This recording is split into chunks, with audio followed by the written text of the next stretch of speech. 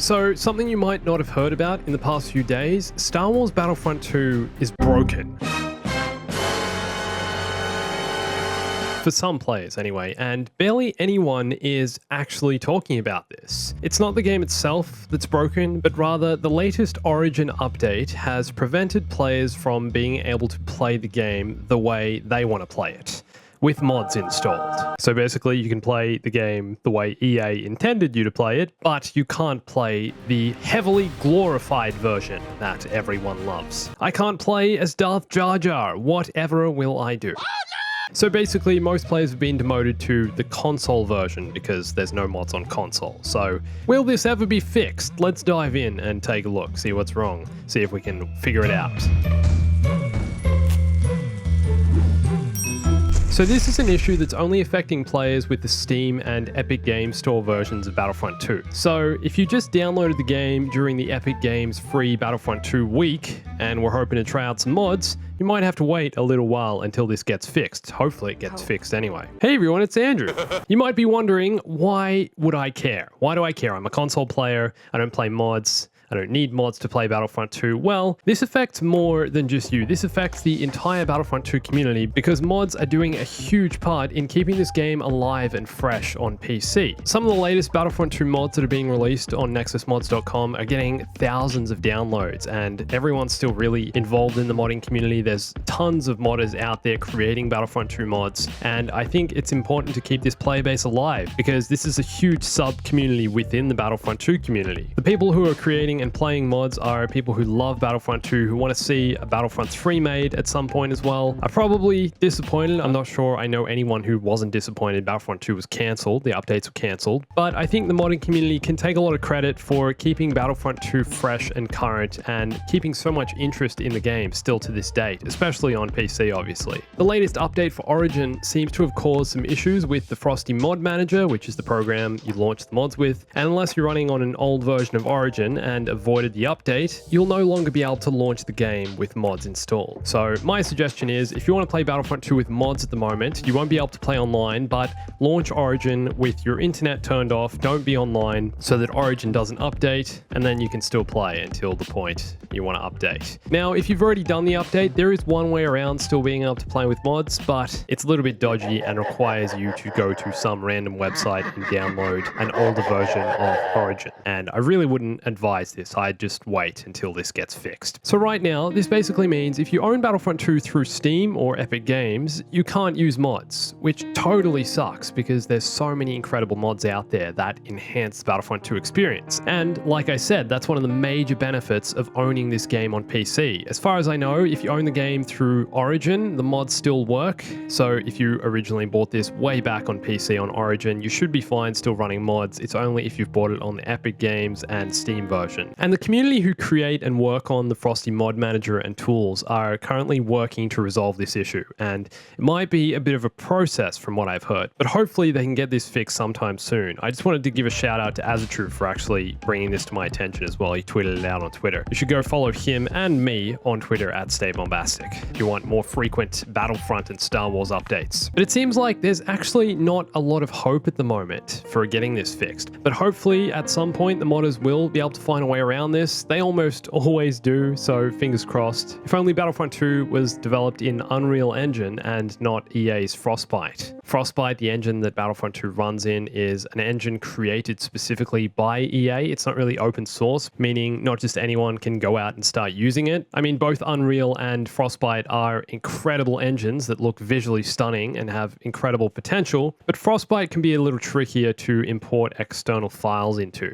Take Jedi Fallen Order modding, for example. That game was developed in Unreal Engine 4, and modding the game is as simple as dropping the mod file into the game files, and then it'll just work in-game. With Battlefront 2, however, the modders first had to create the Frosty Tools programs to even be able to get to a point where importing custom files into the game was possible. You need programs to kind of hack the game in a way that makes the mods appear. It's a much more roundabout way of modding, but is what's required with the Frostbite engine. But this honestly has me kind of worried. Battlefront 2's modding community is still going so strong, and I'd hate to see this divide the player base and discourage people from making mods. I mean, you'd have to think that the majority of PC players who play the game on a regular basis would own the game on Origin, meaning their mods would still work, but with Epic just having had the Battlefront 2 free giveaway for an entire week, you'd also have to think this would have introduced hundreds of thousands, if not millions, of new players to the game. When Battlefront 2 was free on PlayStation Plus a little while ago, there were close to 5 million new players who started playing over the course of a month. So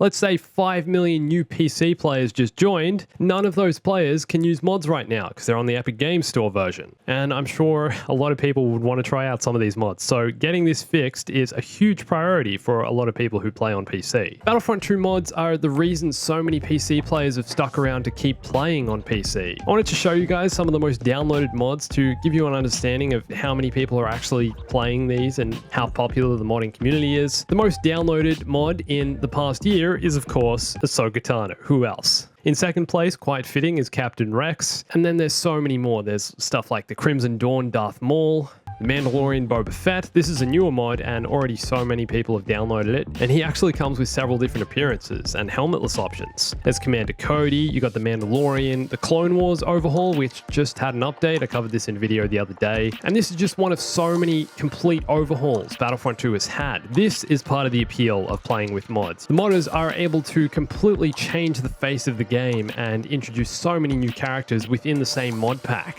Some of the other ones include the Battlefront 2 Lego overhaul, which turns all the characters into Lego characters. So you can basically playing Lego Star Wars Skywalker Saga before it's even come out. There's a Mandalorian overhaul. There's a Death Watch overhaul. So if you're into your Clone Wars in this time period. Starkiller overhaul if you want some Force Unleashed vibes. One of my favorites is the 1313 Boba Fett overhaul, which adds several different appearances for Boba Fett. And that's a great thing about mods again. There's so much content to Battlefront 2 that players wanted to see that was never added by the actual developers. So things as simple as different skins and appearances for characters, like Boba Fett in the game, in the base game, only has his standard appearance, which I guess is the most canon version, but wouldn't it have been cool to see some different skins for Boba Fett, some Mandalorian content brought to the game perhaps? And there's other reimaginings of certain characters and factions, like the Galactic Empire gets an overhaul with different characters. There's a bunch of droid overhauls, bringing in different types of super battle droids and a bunch of other stuff. There's a Rebel Alliance overhaul, so much content. Basically, so many possibilities for what Battlefront 2 could have been had they continued with the updates. I find it really interesting to look at another EA game, Galaxy of Heroes, which seems to be broken in more ways than one. I'm not going to go into the details of that in this video. Very unhappy community in some ways, but